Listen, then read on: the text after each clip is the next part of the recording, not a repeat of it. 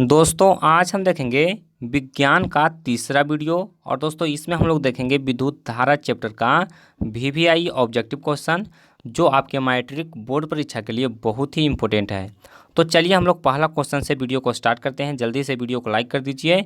और दोस्तों आप लोग सबसे पहले प्रश्न का उत्तर खुद से देने की कोशिश कीजिए, उसके बाद आप लोग अपना आंसर मिलाइए।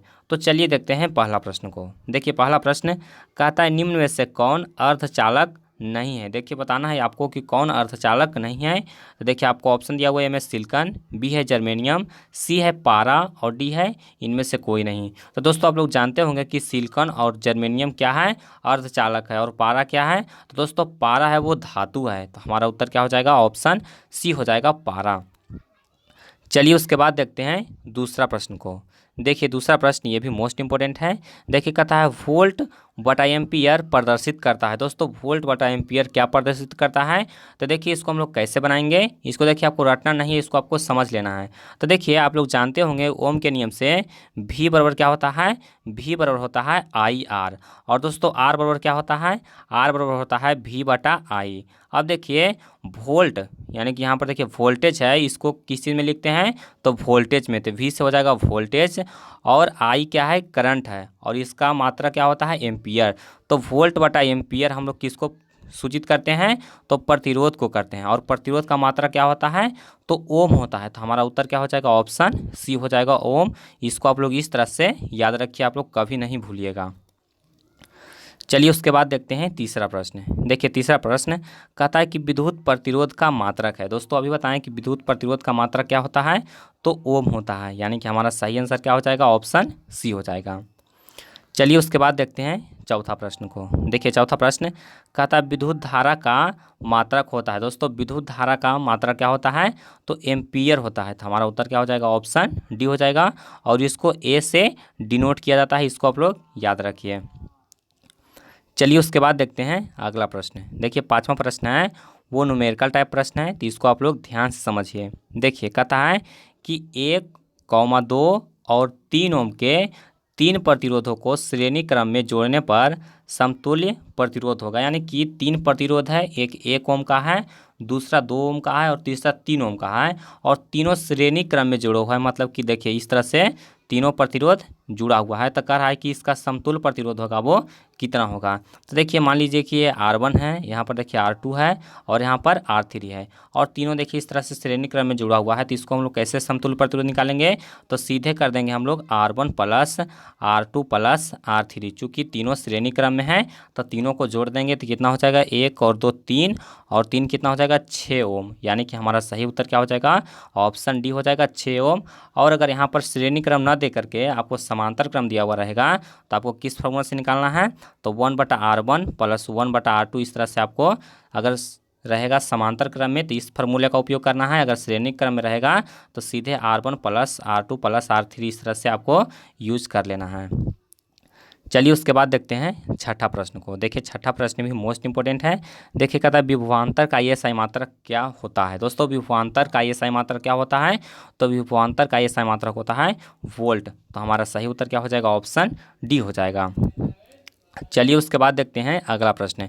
देखिए कहता है विभव का मात्रक। दोस्तों विभवांतर को ही विभव कहा जाता है, तो विभव का एसआई मात्रक क्या होगा, तो वोल्ट होगा। यानी कि हमारा सही उत्तर क्या हो जाएगा, ऑप्शन बी हो जाएगा। देखिए इस तरह के प्रश्न को, जो कन्फ्यूजन वाला प्रश्न है, इसको आप लोग अच्छी तरह से ध्यान से समझिए, तभी आपको याद होगा।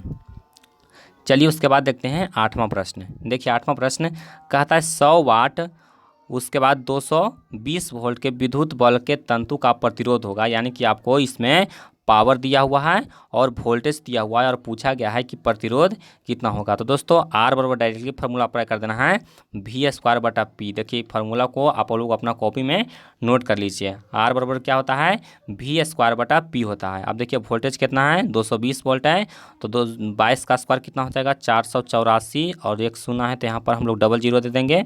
उसके बाद देखिए 100 वाट है तो नीचे हम लोग 100 लिख देंगे।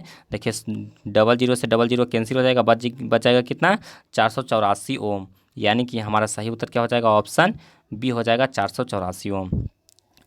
चलिए उसके बाद देखते हैं नौवां प्रश्न को। देखिए नौवां प्रश्न भी मोस्ट इंपोर्टेंट प्रश्न है। देखिए कहता है टंगस्टन निम्नलिखित में से किस ताप पर पिघलता है। तो दोस्तों अगर आपको इसका उत्तर पता है तो जल्दी से कमेंट कीजिए कि टंगस्टन निम्नलिखित में से किस ताप पर पिघलता है। तो दोस्तों इसका सही उत्तर होगा, वो हो जाएगा 3500 डिग्री सेल्सियस, यानी कि ऑप्शन सी हमारा बिल्कुल सही आंसर होगा, 3500 डिग्री सेल्सियस।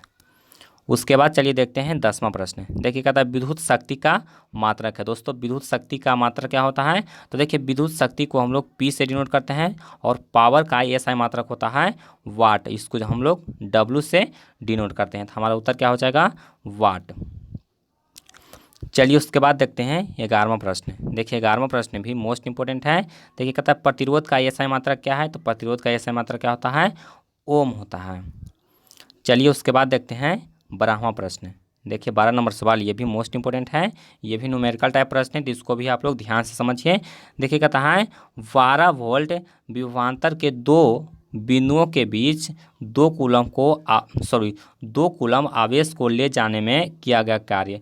यानी कि कह रहा है कि वोल्टेज कितना है, वोल्टेज है 12 वोल्ट है और 2 बिंदु के बीच कितना, 2 कूलम को आवेश ले जाने पर कहता है किया गया कार्य, यानी कि कोई बिंदु यहाँ है और एक बिंदु यहाँ है और ये दोनों के बीच में विभवांतर यानी कि वोल्टेज का अंतर कितना है, तो 12 वोल्ट, यानी कि दोनों के बीच में कितना वोल्टेज का डिफरेंस है, 12 वोल्ट का डिफरेंस है। और कह रहा है कि 2 कूलम आवेश को ले जाने पर किया गया कार्य कितना होगा, तो सीधे आपको 12 गुने 2 कर देना है, यानी कि दोनों का मल्टीप्लाई कर देना है, तो कितना हो जाएगा, 12 दूना 24 जूल। तो हमारा सही उत्तर क्या हो जाएगा, ऑप्शन बी हो जाएगा।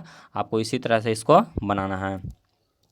चलिए उसके बाद देखते हैं अगला प्रश्न। देखिए कहता है सेल के विद्युत वाहक बल का मात्रक। यानी कि दोस्तों जो सेल होता है, बैटरी होता है, यानी कि जो डीसी बैटरी होता है उसमें होता है विद्युत वाहक बल, यानी कि ईएमएफ।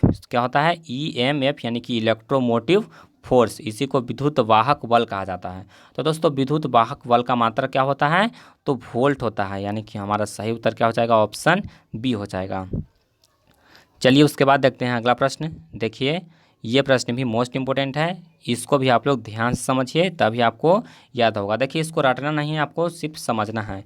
कहता है कि एक ए मीटर के स्केल पर 0 से 2 एम्पियर के बीच 20 विभाग है, तो इसका अल्पमांक यानी कि इसका लीस्ट काउंट कितना होगा। अब देखिए इसको हम लोग साधारण भाषा में समझते हैं।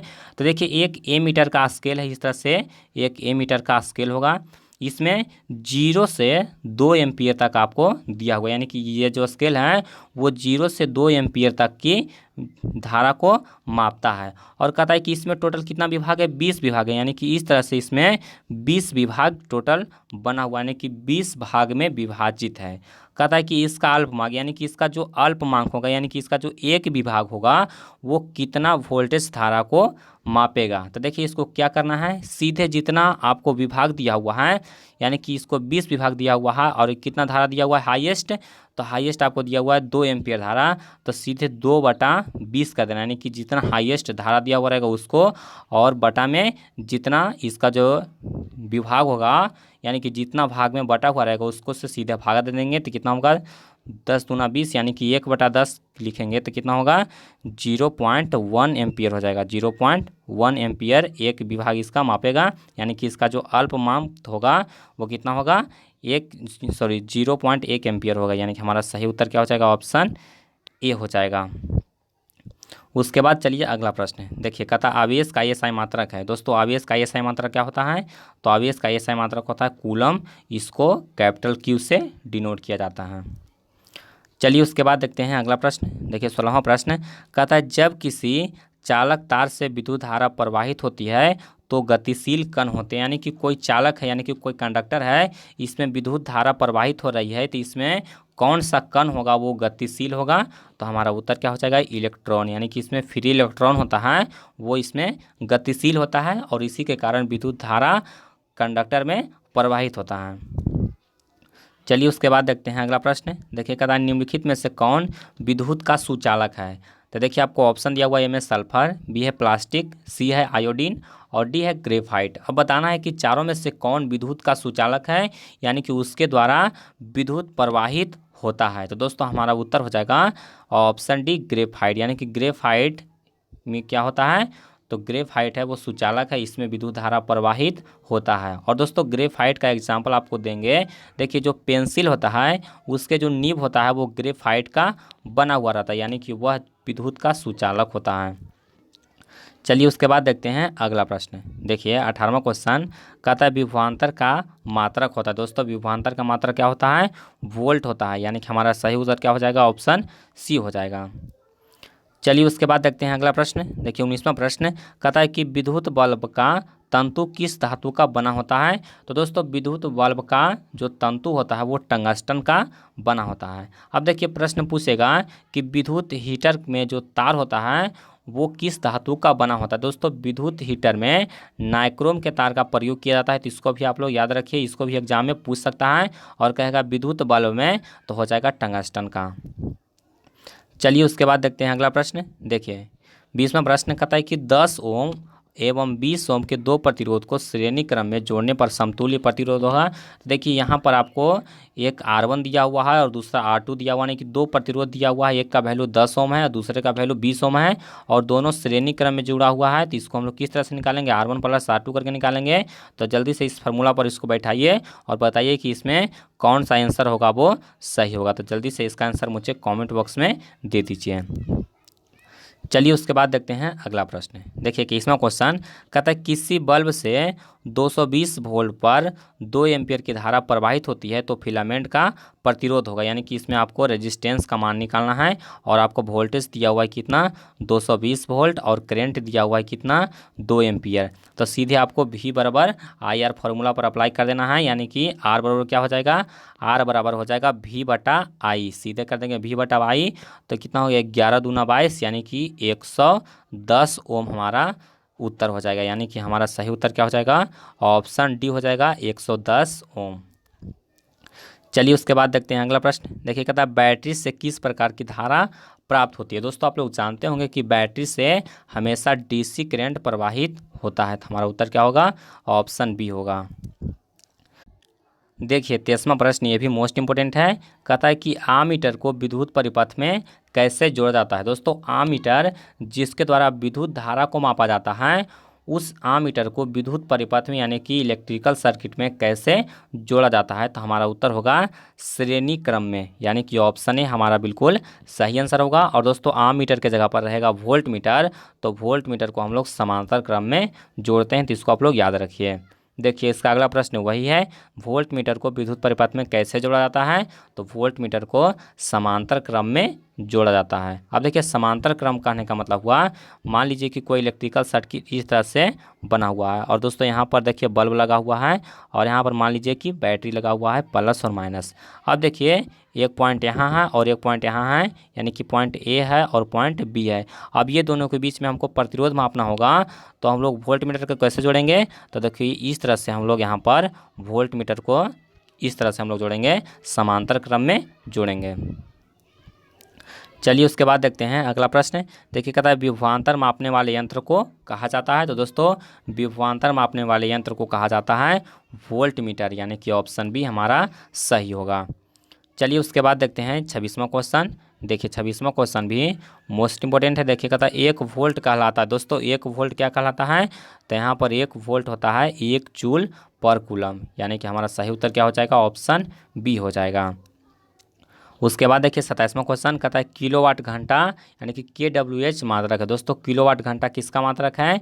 तो विद्युत ऊर्जा का मात्रक है। दोस्तों ये बहुत ही इंपॉर्टेंट प्रश्न है, तो इसको आप लोग VVI समझिए और इसको आप लोग रट लीजिए, जिस भी तरह से इसको आपको याद करना है इसको याद कर लीजिए। उसके बाद देखिए अगला प्रश्न। देखिए कहता है विद्युत हीटर की कुंडली में किसका प्रयोग किया जाता है? दोस्तों ये क्वेश्चन को हम पहले बता चुके हैं कि विद्युत हीटर का जो कॉइल होता है उसमें नाइक्रोम का तार प्रयोग किया जाता है, तो हमारा उत्तर क्या हो जाएगा? ऑप्शन ए हो जाएगा। उसके बाद देखिए 29वां क्वेश्चन ये भी मोस्ट इंपोर्टेंट है। देखिए कहता है विद्युत चुंबक बनाए जाते हैं। दोस्तों विद्युत चुंबक बनाए जाते हैं नरम लोहा के बनाए जाते हैं, तो हमारा उत्तर क्या हो जाएगा? ऑप्शन डी हो जाएगा, नरम लोहे के। चलिए उसके बाद देखते हैं 30वां क्वेश्चन देखिए, कहता है विद्युत धारा उत्पन्न करने की युक्ति है। दोस्तों जिसके द्वारा विद्युत धारा उत्पन्न किया जाता है उस युक्ति को क्या कहा जाता है, तो उसको कहा जाता है जनरेटर, यानी कि इसको जनित्र भी कहा जाता है। तो हमारा उत्तर क्या हो जाएगा, ऑप्शन ये हो जाएगा। और अगर आपको ऑप्शन में डायनेमो रहेगा तो डायनेमो भी हमारा उत्तर होगा, यानी कि जो छोटा जनित्र होता है उसी को डायनेमो कहा जाता है। चलिए उसके बाद देखते हैं अगला प्रश्न। देखिए 31वां प्रश्न, ये भी मोस्ट इंपॉर्टेंट है। देखिए कहता है कि 1 HP यानी कि एक अश्व शक्ति बराबर है। दोस्तों 1 HP कहने का मतलब हुआ कि 1 हॉर्स पावर यानी कि अश्व शक्ति बराबर होता है किसके बराबर होता है, तो देखिए इसका सही उत्तर हो जाएगा 746 वाट, यानी कि हमारा सही उत्तर क्या होगा, ऑप्शन ये होगा। तो दोस्तों उम्मीद करता हूँ कि ये वीडियो आपको पसंद आया होगा, और अगर आपको वीडियो पसंद आया तो वीडियो को लाइक कीजिए, इसको अपने दोस्तों में शेयर कीजिए। और दोस्तों पहला और दूसरा वीडियो नहीं देखे हैं तो लिंक डिस्क्रिप्शन में दे दिए हैं, वहाँ से जा कर के आप लोग दोनों वीडियो को पहले देख लीजिए। तो आज के लिए बस इतना ही, मिलते हैं आपको अगले वीडियो में।